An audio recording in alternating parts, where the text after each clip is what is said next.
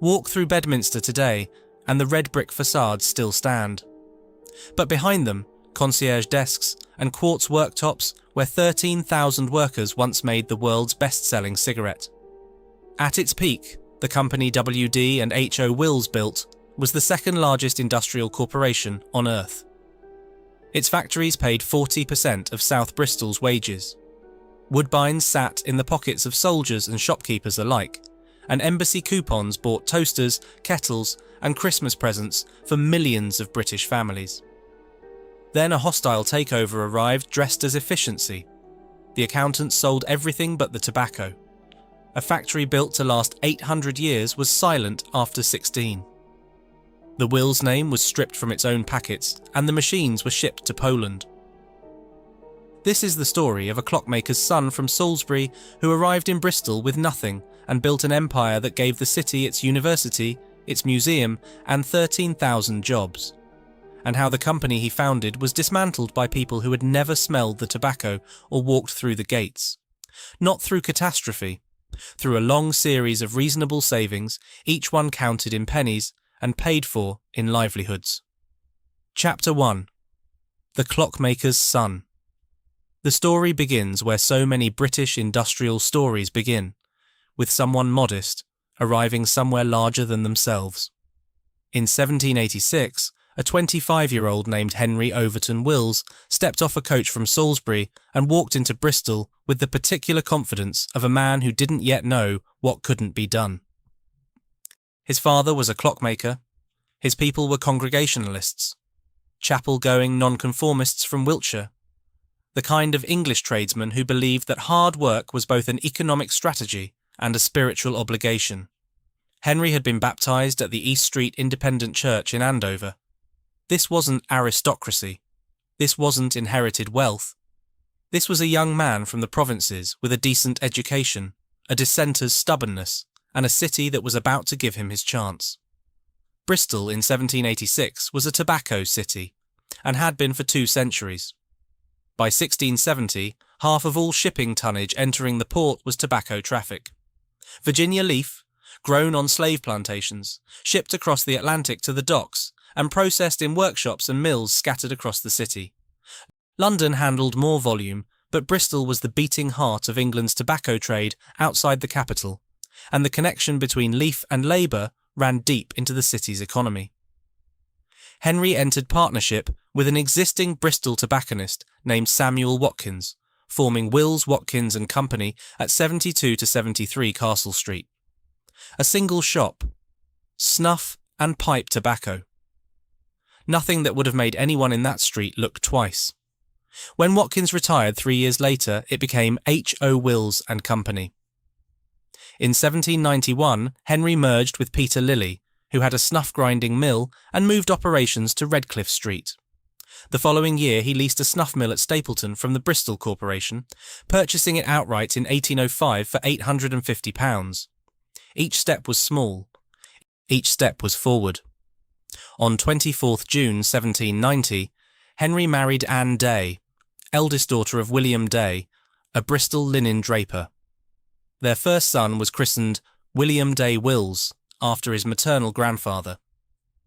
It's a detail that matters because those initials, W.D., would one day sit alongside H.O. on packets sold across the world.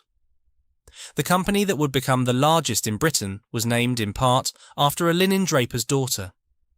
Henry built a reputation described in period terms as embodying integrity, fair dealing, and consideration for employees. He died on December 1st, 1826, and was buried at Penn Street Tabernacle, a nonconformist chapel. His estate and his business passed to his 2 sons, William Day Wills and Henry Overton Wills II. Neither of them smoked. The men whose initials made the company famous were non-smokers. It's one of those details that sounds like a joke until you realise it explains something essential about the Wills' approach to tobacco. This was never about passion for the product. It was about craft, commerce, and chapel-driven duty. Henry Overton Wills II fathered 18 children by 2 wives, served as a Bristol city councillor from 1845, and co-founded 2 chapels. William Day Wills died in 1865 following a road accident in London. Between them, they raised a generation that would build an empire. But more importantly, they established the culture that made the empire possible. Welfare before it was fashionable. Fairness before it was legislated. A conviction that treating workers decently wasn't charity, but obligation. In 1851, the Wills sons paid for 120 employees to travel to the Great Exhibition, giving each a sovereign of spending money. This was not yet a large company. It employed perhaps 50 or 60 people, and the owners were handing out gold coins for a day out. By 1820, there were 10 tobacco manufacturers operating in Bristol. Wills was the second largest, behind Ricketts, Leonard and Ricketts. The firm was valued at £40,000. By 1842, the book value had nearly doubled to £90,000. And when Frederick Ricketts, from the rival family, joined the firm in 1833, Wills absorbed the competition without a hostile word. The pattern was set. Grow steadily, treat people fairly, outlast everyone else. The family's Congregationalist faith wasn't incidental to the business. It was the business. It shaped everything. The welfare provisions, the employment practices, the philanthropic instinct that would, within a few decades, give Bristol its university, its museum, and 30 churches. The Wills family believed they were stewards, not owners. That the wealth generated by tobacco carried an obligation to the city that made it possible. Whether Bristol's tobacco workers, processing leaf grown by enslaved Africans on Virginia plantations, would have used the word stewards is another question. The University of Bristol's own statement acknowledges that the family benefited from slavery through their trade in tobacco grown by enslaved people and their descendants. The Wills family were not enslavers, but the empire they built rested on a supply chain that began in the fields of Virginia, and no amount of chapel-going altered that foundation. Chapter 2. The Machine That Changed Everything. In 1883, two brothers named George and Harry Wills attended a Paris exhibition and watched a demonstration that would reshape the British tobacco industry overnight. The machine was the Bonsack, invented by a young Virginian named James Albert Bonsack, and it could produce approximately 200 cigarettes per minute, the equivalent of 48 hand rollers. Manufacturing costs fell by roughly 90%. George and Harry didn't hesitate. They acquired 2 Bonsack machines and, crucially, the exclusive British patent rights.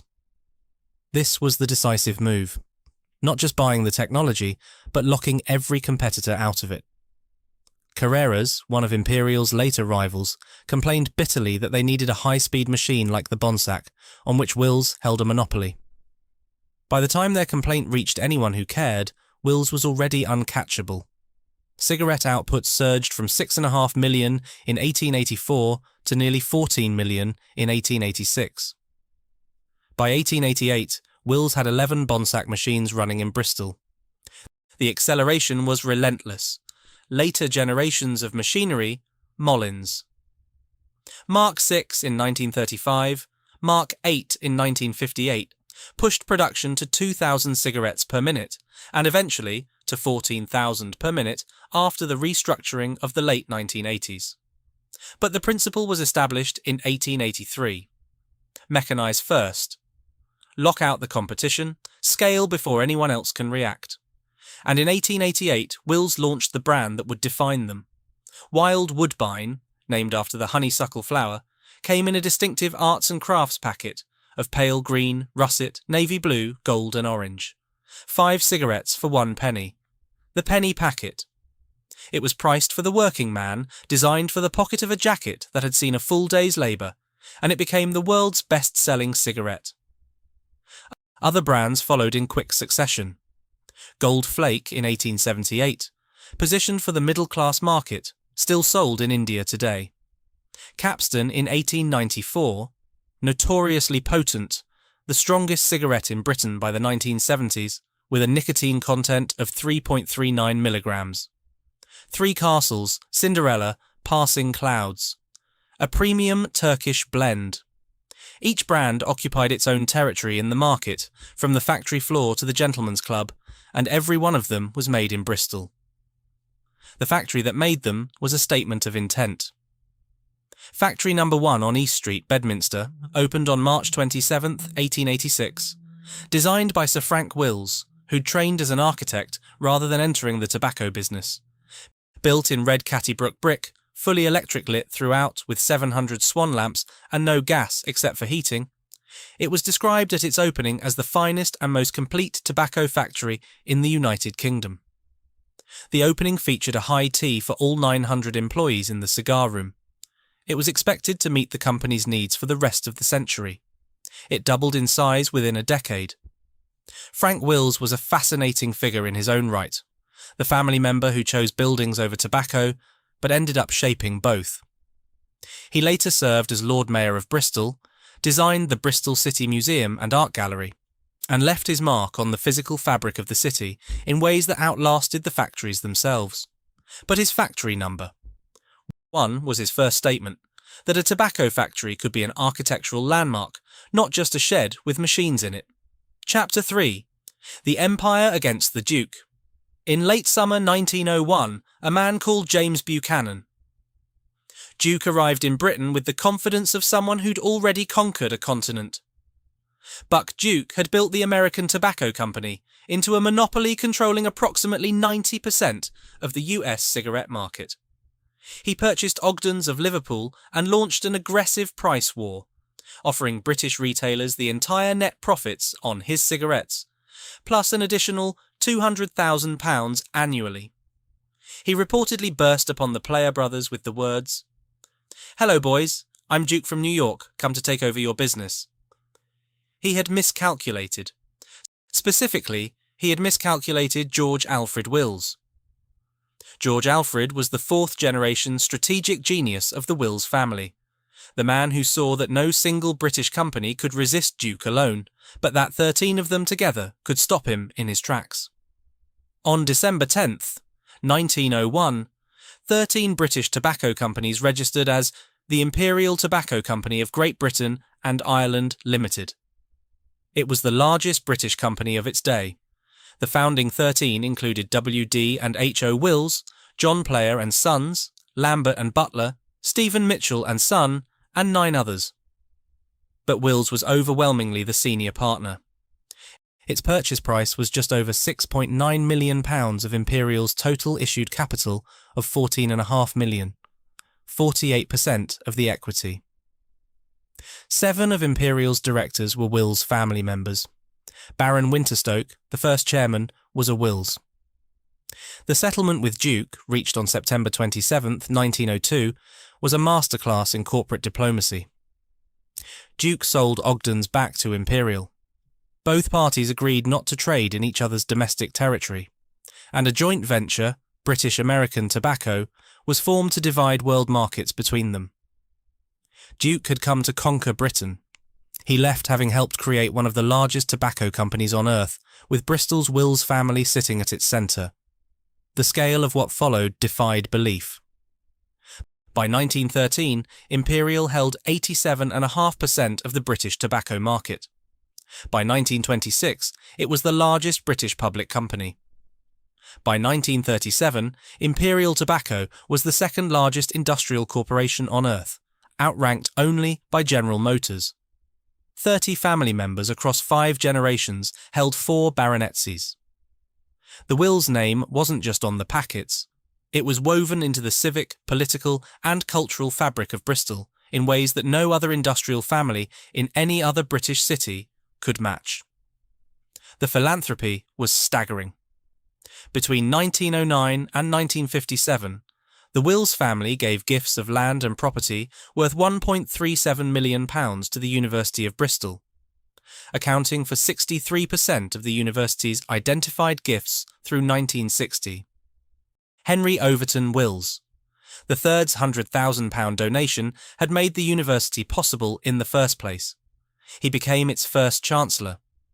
George Alfred Wills gave £1.25 million to found the St Monica's Home of Rest, still a major Bristol care charity today. Baron Winterstoke donated the Bristol City Museum and Art Gallery. The family supported Bristol Royal Infirmary, Bristol General Hospital, the Theatre Royal, and at least 30 churches. A 1934 joke captured the reality. Where there's a Wills, there's a way. And then there was the building.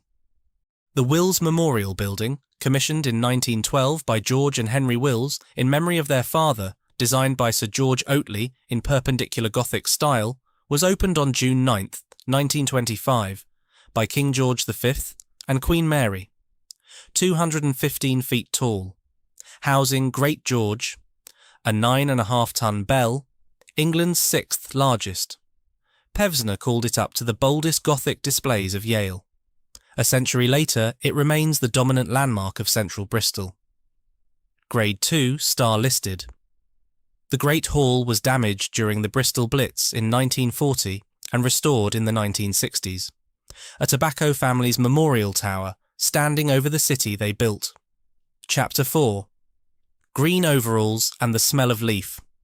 Imagine walking up Glyn Vale on a Monday morning in 1958. You're 15 years old.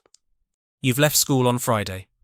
On Monday, you put on brand new green overalls, the uniform of the Wills worker, and you join a river of people flowing towards a factory complex that stretches the full length of Raleigh Road, over 1 million square feet of production space, overhead walkways spanning public roads, linking buildings like bridges between decks of an industrial aircraft carrier. The red brick facades of East Street rising above the terraced houses of Bedminster like the walls of a city within a city. You'd smell the tobacco before you reached the gates, heavy, sweet, pungent, variously described as sickly sweetness, woody, herbal, and roasted. It got into everything. Into the overalls, into your hair, into the fabric of the terraced houses that lined the streets around the factories. Workers carried the smell home with them every evening, and over the years the neighbourhood itself took on the scent. Bedminster smelled of tobacco the way Sheffield smelled of steel or Stoke smelled of clay. It was the smell of the place's purpose. Inside the softening rooms where dried tobacco bales passed through large steam-filled rotating cylinders, humidity reached 85 to 88% at temperatures of 30 to 32 degrees Celsius. Tropical, oppressive, the air so thick with moisture you could feel it on your skin. In the stemming and stripping rooms, and where women removed the central stems from tobacco leaves, conditions ran to 70 to 75% humidity at 24 to 29 degrees. The work was manual, repetitive, and skilled in ways that outsiders never appreciated. A good stripper could process tobacco at a speed that took months to learn and years to master. The noise was relentless. High-speed Bonsack, and later Moline's machines, producing thousands of cigarettes per minute, in a constant rhythmic clatter that formed the baseline hum of the working day. Tobacco dust was ever present despite humidification systems. And above it all, the particular organised chaos of a factory that ran like clockwork. The movement of leaf from the bonded warehouses at Cumberland Basin, through softening, stemming, blending, cutting, rolling, packing, and out to the loading bays for distribution across Britain and beyond. Dorothy Hamlin started work at Wills aged 14 and stayed until 1983. She nearly got the sack for writing out the lyrics to Chattanooga Choo Choo behind a cigarette machine instead of filling it. Audrey Gardner remembered workers throwing joeys, piles of leftover tobacco leaves, at each other for fun, until the forewoman caught you. The factory had rigid hierarchies. Norman Hills recalled that office staff were not encouraged to mix too freely with factory people, and even meeting them in the corridor was frowned on. But within the factory floor itself, the warmth was real. The fun was real. The friendships were forged in shared conditions that outsiders couldn't understand and insiders never forgot. Female applicants were required to provide Sunday school references. Until 1920, only women and girls were employed as cigar makers. Women's contracts historically included extraordinary clauses, stipulating that she shall not contract matrimony within the said term, nor play at card or dice tables, or any other unlawful games. The Congregationalist conscience of the Wills family extended to controlling the moral lives of their workers in ways that now read as breathtakingly paternalistic. But the same conscience drove welfare provisions that were decades ahead of their time. By 1891, all employees with at least 1 year's service received at least 1 week's paid holiday. The UK's Holidays with Pay Act wouldn't arrive until 1938, nearly 50 years later.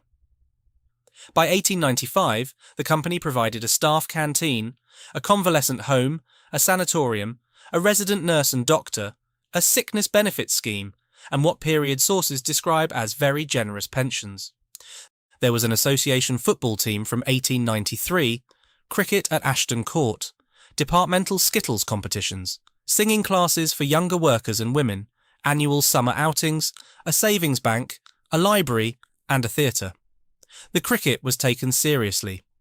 Doug Lloyd, who worked at Imperial for 22 years, remembered the Imperial Cricket Club having a first-class square, second to none in Bristol, and 5 other cricket squares. Australian cricketer Shane Warne once stayed in the pavilion's living accommodation and played cricket for Imperial Tobacco Company, a test cricketer playing for a cigarette manufacturer. It captures something about the institutional weight of the place. This wasn't a work social club that put out a second 11 on Saturday afternoons. This was a sporting establishment that could attract international talent. Chapter 5. 40% of everything. At peak, over 13,000 people were directly employed in the tobacco trade in the Bedminster and Ashton area alone. 13,000. That figure comprised over 40% of the entire working population of Southville, Bedminster and Ashton. Not 40% of the manufacturing workforce. 40% of everyone who worked. The baker, the bus driver, the publican. They all existed, ultimately, because 13,000 people had wages to spend. Bedminster without the tobacco industry, as one assessment put it, would have been like London without its port or Nottingham without lace. Entire families were woven into the Wills workforce. One former worker captured it precisely. My father was a foreman in the tobacco bonds, my sister a cigar girl in Raleigh Road, my sister-in-law made cigarettes in East Street. My late husband's cousin was a foreman in Swindon. I myself worked for a time as PA to the senior medical officer of Imperial Tobacco. Father, sister, sister-in-law, husband's cousin, 4 family members across 3 sites. This wasn't unusual. This was the norm.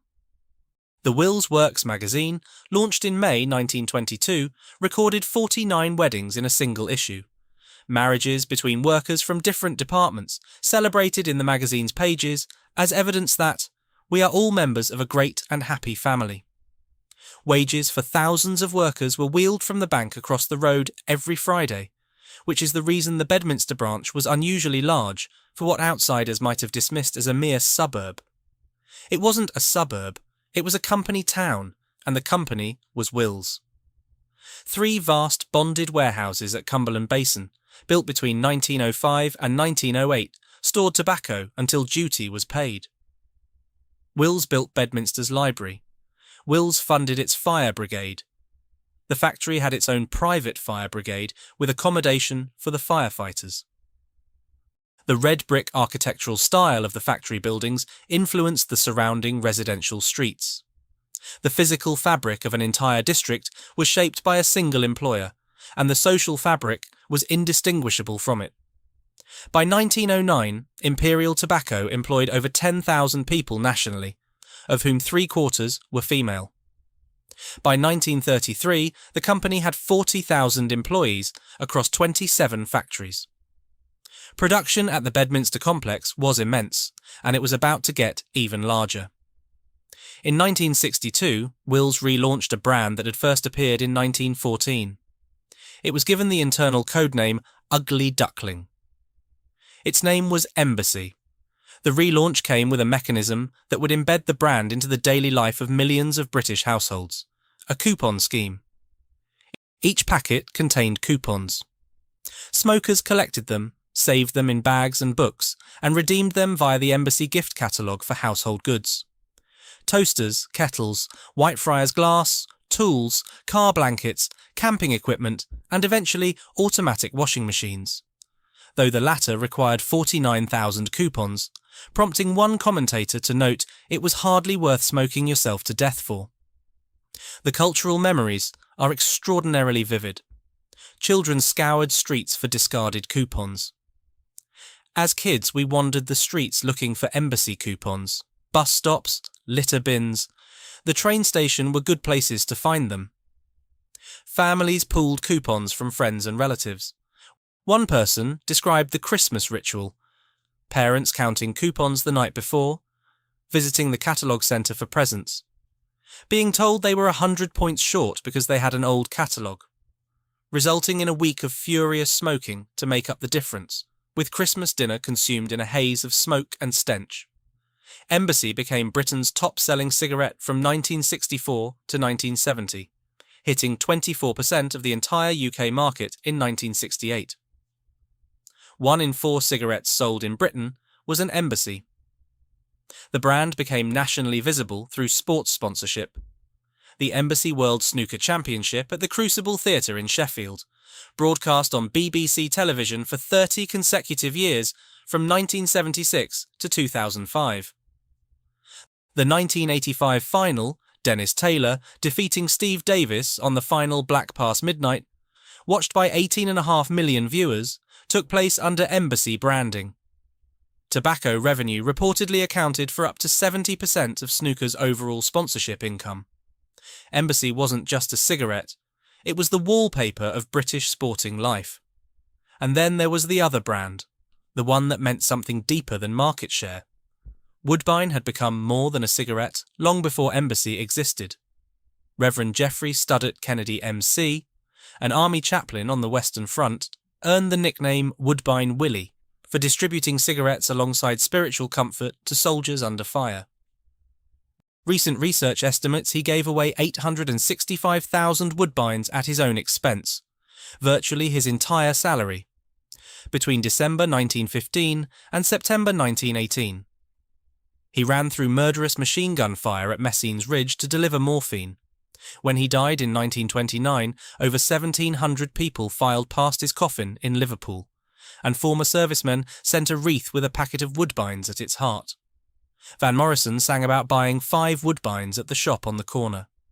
Princess Alice of Battenberg, mother of Prince Philip, smoked them, and you could always tell when she was coming along the corridor because of the whiff of Woodbines. John Lennon smoked them as a student. Steamships with 5 thin smokestacks were nicknamed a packet of Woodbines. The brand was and remains a one-word encapsulation of 20th century British working-class life. Chapter 6. The Summit Before the Cliff. On March 3, 1950, Princess Elizabeth visited the Bedminster factory and was given cigarette cards as a gift for her son, the future King Charles III. A future queen in a cigarette factory, accepting a gift of cigarette cards for a future king. It captured the moment perfectly. Will's was an institution, unquestioned, seemingly permanent, as much a part of British life as the monarchy that was visiting it. Imperial held 66% of the UK cigarette market.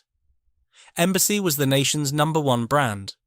Employment across the Bristol sites ran into the thousands.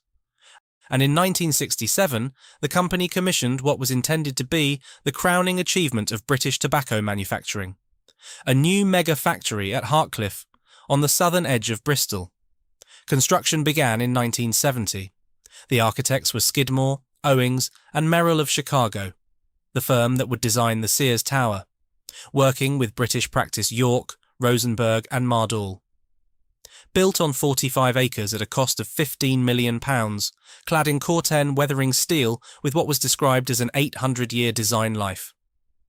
The style wasn't brutalist, it was Misesian international style modernism, inspired by Mies van der Rohe's Lakeshore Drive apartments in Chicago.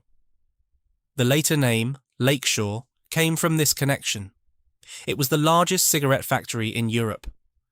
350 million cigarettes per week. Approximately 50 million per day.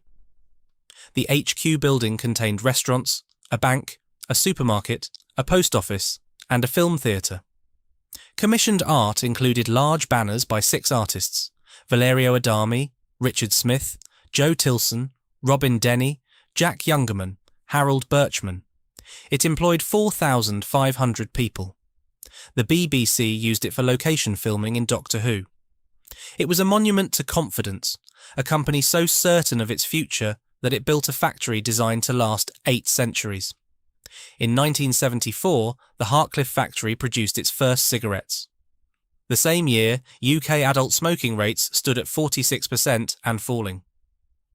The year before, Britain had joined the European Economic Community, which would impose a change in tobacco taxation from weight-based to unit-based.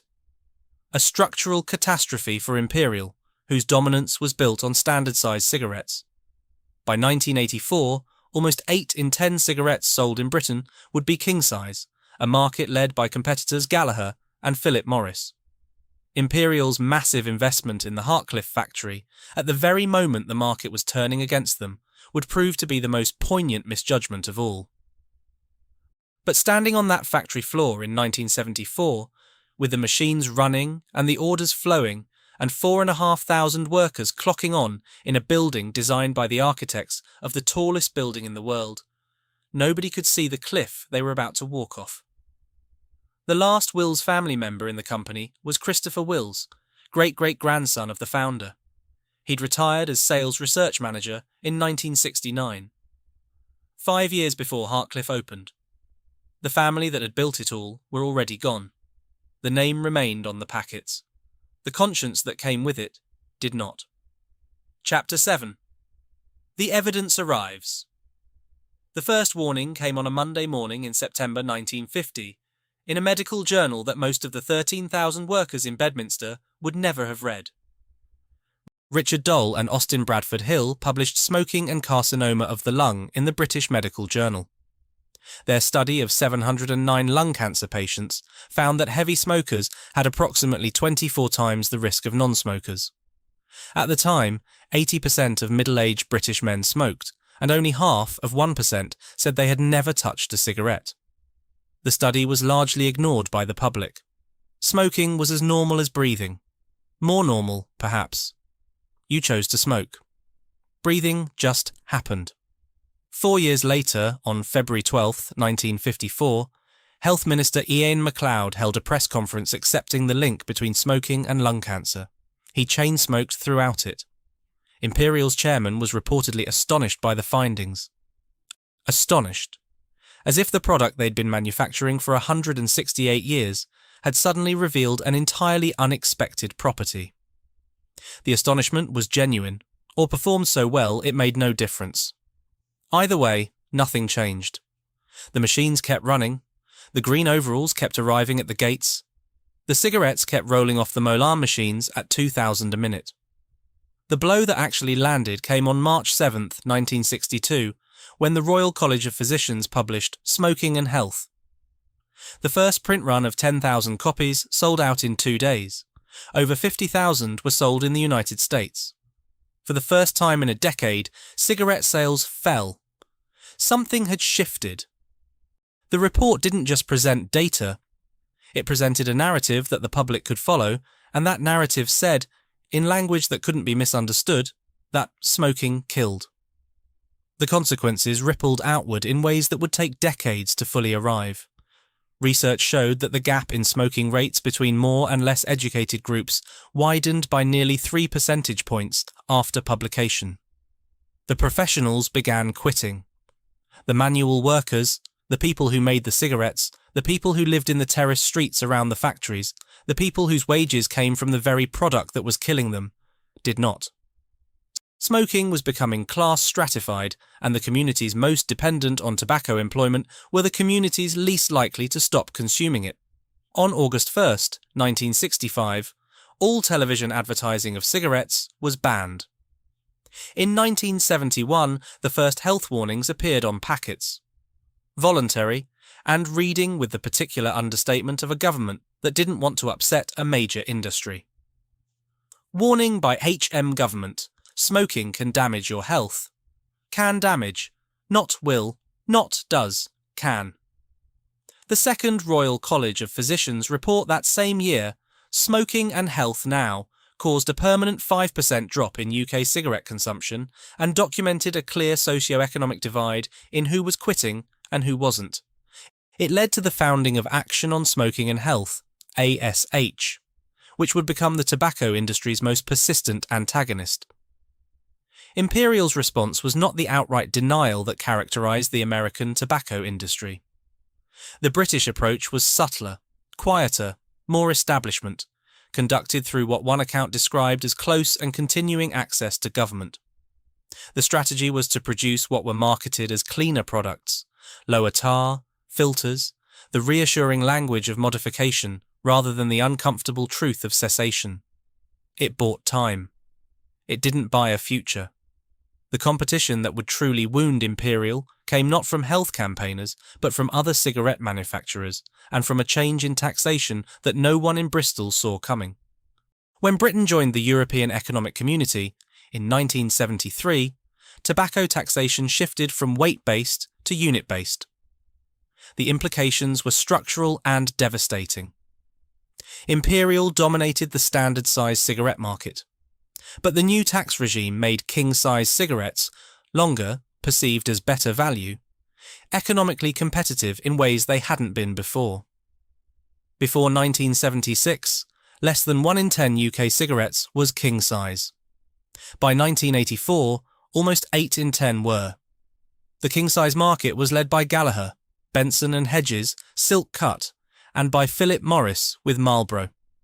Imperial's market share began a collapse that no amount of Embassy coupons could arrest, from 66% in the mid-1970s to 37% by 1986. The smoking rates themselves told the larger story.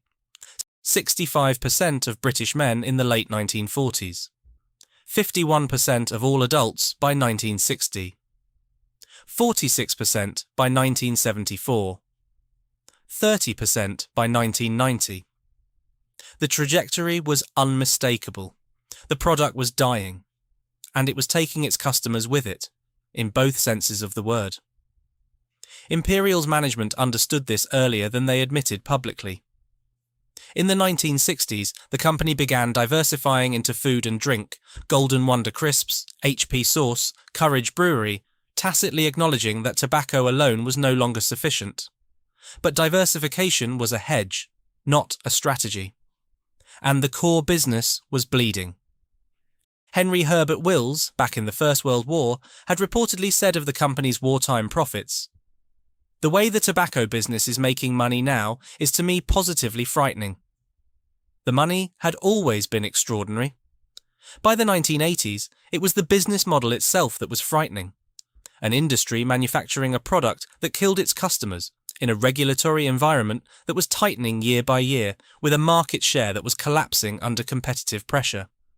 The question wasn't whether the reckoning would come. It was who would be holding the company when it arrived. Chapter 8. The accountants arrive. In late 1985, a man named Lord Hanson made a hostile bid for Imperial Group. The takeover completed in April 1986 for £2.5 billion. Doug Lloyd, who'd spent 22 years at Wills, put it with the precision of someone who'd watched it happen from the inside. Hanson was a company of accountants, so they came in with no expertise on the tobacco side of life. Lord Hanson was not interested in the tobacco side of life. He was interested in the asset side of life. Immediately upon acquisition, the non-tobacco businesses were stripped and sold. Courage Brewery for £1.4 billion, Golden Wonder for £87 million, HP Sauce and Lear and Perrins for £199 million, Ross Foods for £335 million. The diversification that Imperial's management had spent 2 decades building, the hedge against tobacco's decline, was liquidated in months. The proceeds exceeded the purchase price. Hanson had bought Imperial, sold everything that wasn't tobacco, and ended up with the tobacco business for effectively nothing. What followed was not a restructuring. It was a dismantling. 1986. The East Street factory buildings in Bedminster, Factory Number 1, the building that Frank Wills had designed in red Cattybrook brick, that had opened with high tea for 900 workers in the cigar room, that had been described as the finest tobacco factory in the United Kingdom. Demolished. The Grade 2 listed facade was retained. The rest came down. The Newcastle factory closed the same year. 1987, Swindon factory ceased production. 1988, Wills and Players' sales forces merged. This was the moment that mattered most. Not because of the jobs, though they mattered, but because the merger erased WD and H.O. Wills as a separate operational entity. 202 years of continuous identity dissolved into a corporate restructure. The brand portfolio was slashed from 155 brands to 63, then from 238 packings to 105, and ultimately to just 29 brands and 54 packings. The Wills name was officially withdrawn from the United Kingdom. The only exceptions were Woodbine and Capstan Full Strength. Two brands too marginal to bother renaming, kept alive as ghosts of a company that no longer existed. 1990. The Hartcliffe factory ceased cigarette production, 16 years, that was all. The building designed to last 800 years, built by the architects of the Sears Tower, clad in Corten weathering steel, the largest cigarette factory in Europe, silent after 16 years. All cigarette manufacturing was concentrated at the Horizon factory in Nottingham. Glasgow's cigar factory closed the same year. Between 1986 and 1993, Imperial went from 5 factories and 7,500 employees to 3 factories and 2,600 employees. Approximately 4,900 jobs eliminated.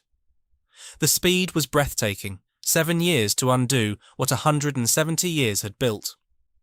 Doug Lloyd's testimony captures it with a working man's directness. When Hanson took over, obviously everyone said Hanson was an asset stripper. Hanson, when they arrived, they put restrictions on spending. And gradually, the company went down through in Bristol. People were offered redundancies. I, for one, took a redundancy after 22 years there and became steward at the club. 22 years. And became steward at the club. The sentence doesn't need commentary. The arc from factory worker to cricket club steward, from a company that employed 13,000 to a man finding something useful to do with his afternoons, contains the entire tragedy in 14 words. The decisions that followed Hanson were, if anything, more damaging because they came dressed in the language of strategic necessity. In 2002, Imperial acquired Riemtsma Zigarettenfabriken GmbH, gaining factories at Langenhagen near Hanover and in Berlin. In 2005, Imperial announced the restructuring that would relocate approximately 10 billion cigarettes of production from Berlin to Poland, with 200 Berlin jobs lost and annual savings of approximately £10 million. The manufacturing director who led this decision was David Cresswell. The savings were modest. The signal was not. Production would go wherever labour was cheapest. Then came the final act for English cigarette manufacturing.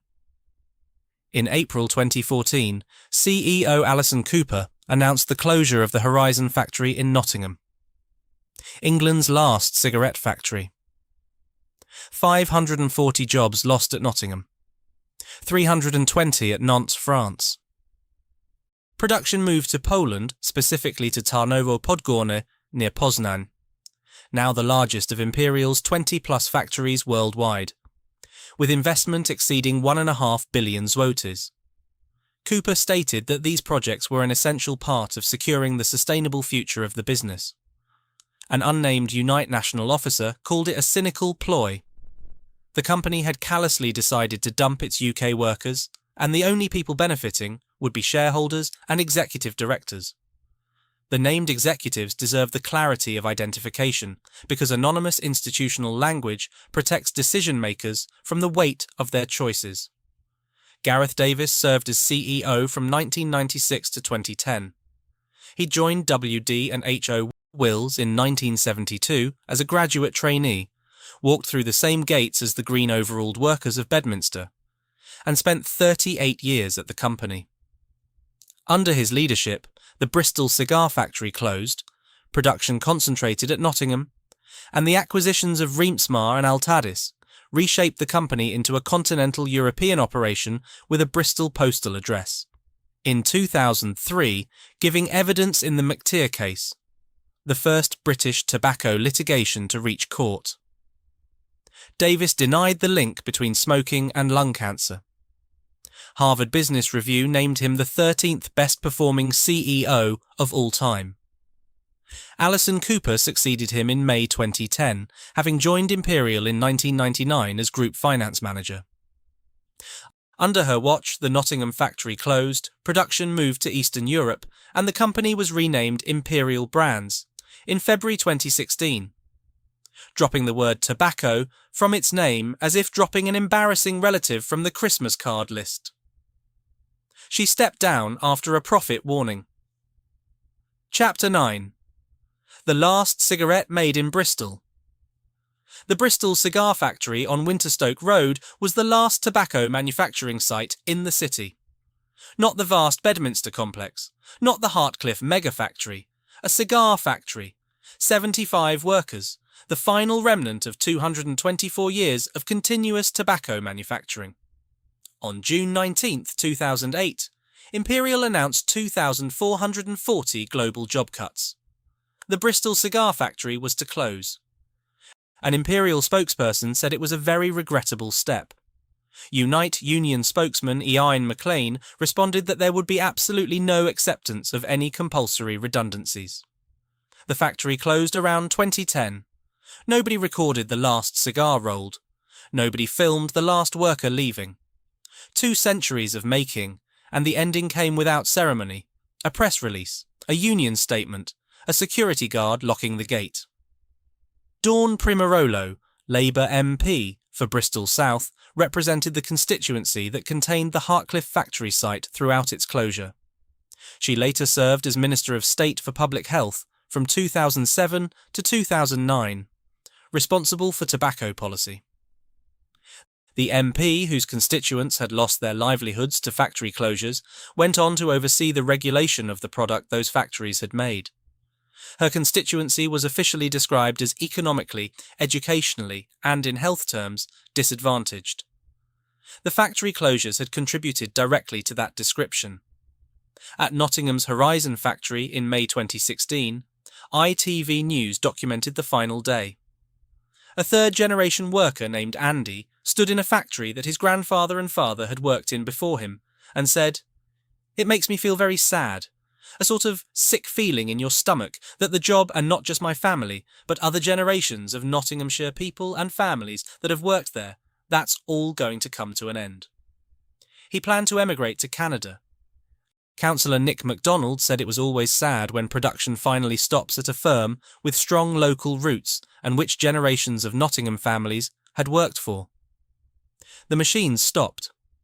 The last cigarette made in England rolled off the line and was packed into a box destined for a market that no longer included the country where it was made. From a peak of over 13,000 directly employed in the tobacco trade in South Bristol, the number fell to 0. Company-wide in the UK, from 7,500 employees in 1986 to effectively 0 manufacturing employees by 2016. 3 decades to empty every factory floor, silence every machine, and ship the work to Poland. Chapter 10. Industrial Heritage Living.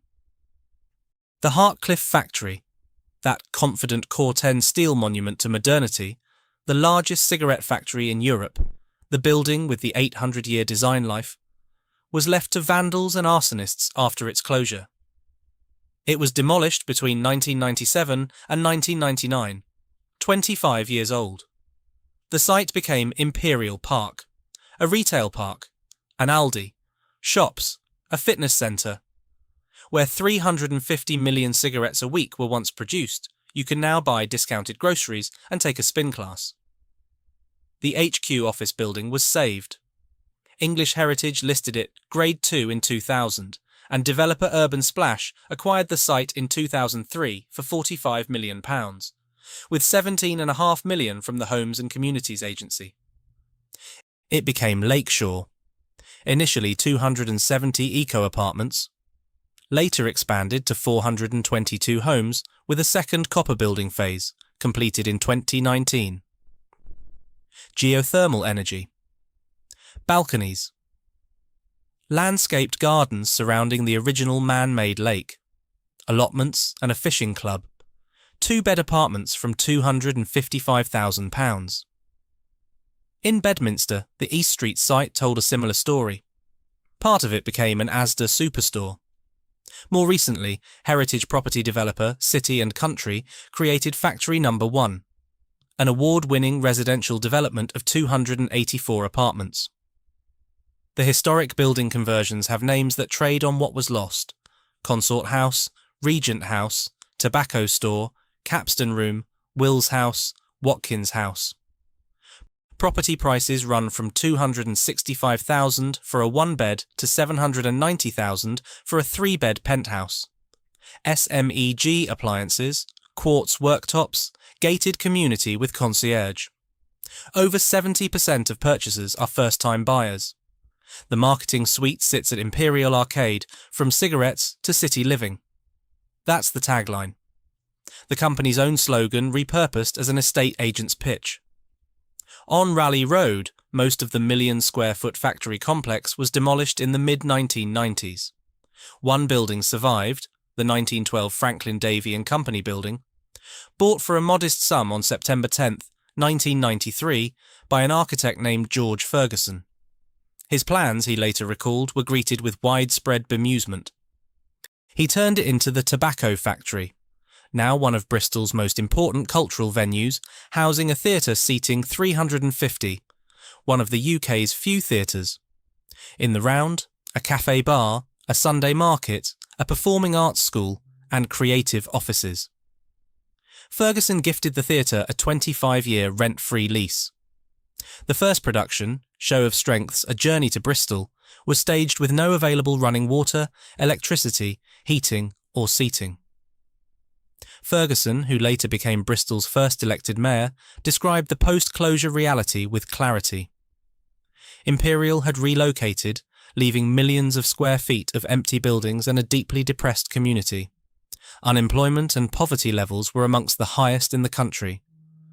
The oral history project Bedminster's Tobacco Women, led by Helen Thomas and published by Tangent Books in 2014, recorded stories from 23 former workers covering almost 50 years of factory life.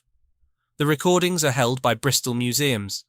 The Wills collection of tobacco antiquities, packaging, photographs, artefacts sits in M Shed. Commissioned portraits of long-serving employees hang in the Life Gallery.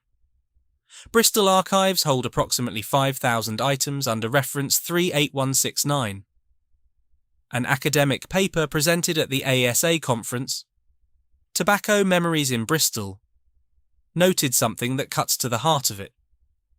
Former tobacco workers feel they have been airbrushed out of the city's memory. Airbrushed, not forgotten. That would imply they were once remembered. Airbrushed. Deliberately smoothed away. The luxury apartments keep the facades and the brand names. They sell the heritage. But the people who made the heritage, the women in the stemming rooms, the men in the bonded warehouses, the 15-year-olds walking up Glyn Vale in brand new green overalls, are nowhere in the marketing brochures.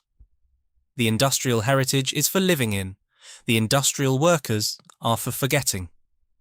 Chapter 11. The silence in the wrong shape. Imperial Brands, no longer Imperial Tobacco, the word dropped like a spent cartridge, remains headquartered in Bristol at 121 Winterstoke Road in a new building opened in 2013. It sits in the FTSE 100 with a market capitalisation of approximately £25 billion. 25,000 employees worldwide. Operations in 120 countries. Revenue exceeding £8 billion. The world's fourth largest international cigarette company. No cigarettes are manufactured in Bristol. No cigarettes are manufactured anywhere in England. The Bristol presence is corporate and administrative. The building contains people who manage spreadsheets and supply chains and marketing strategies for products made in Tarnowo Podgorn and Radom. The machines are in Poland. The brand names are intellectual property. The workers are a line item that was optimized away. The Wills Memorial Building still stands on Park Street, 215 feet of perpendicular Gothic. Great George ringing in its tower. Pevsner's boldest Gothic displays of Yale, housing the School of Law and the Department of Earth Sciences. Students walk beneath it on their way to lectures, most of them unaware that the building exists because a tobacco family believed they owed their city a monument. The university itself exists because Henry Overton Wills III wrote a cheque for £100,000. The museum exists because Baron Winterstoke believed beauty should be public. The care homes exist because George Alfred Wills gave away £1.25 million. Bristol's civic infrastructure rests on tobacco money, and the tobacco money rests on what was made in those red brick factories in Bedminster. The factories that are now luxury apartments. Walk through Bedminster today. North Street is thriving. Independent shops, good restaurants, an area regularly rated one of the best in Bristol to live. The Tobacco Factory Theatre is packed most nights. The regeneration is real. But it took decades, and it came despite the closures, not because of them. The community that rebuilt itself did so from the ruins that Imperial left behind. Henry Overton Wills I arrived in Bristol in 1786, a clockmaker's son from Salisbury with a dissenter's stubbornness and a single shop on Castle Street. His family built an empire that employed 13,000 people, gave Bristol its university, its museum, its greatest landmark, and shaped the physical and social fabric of an entire city for 2 centuries. They believed they were stewards, not owners. They treated their workers with a paternalism that was controlling and generous in roughly equal measure, and they poured their profits back into the city that made them rich.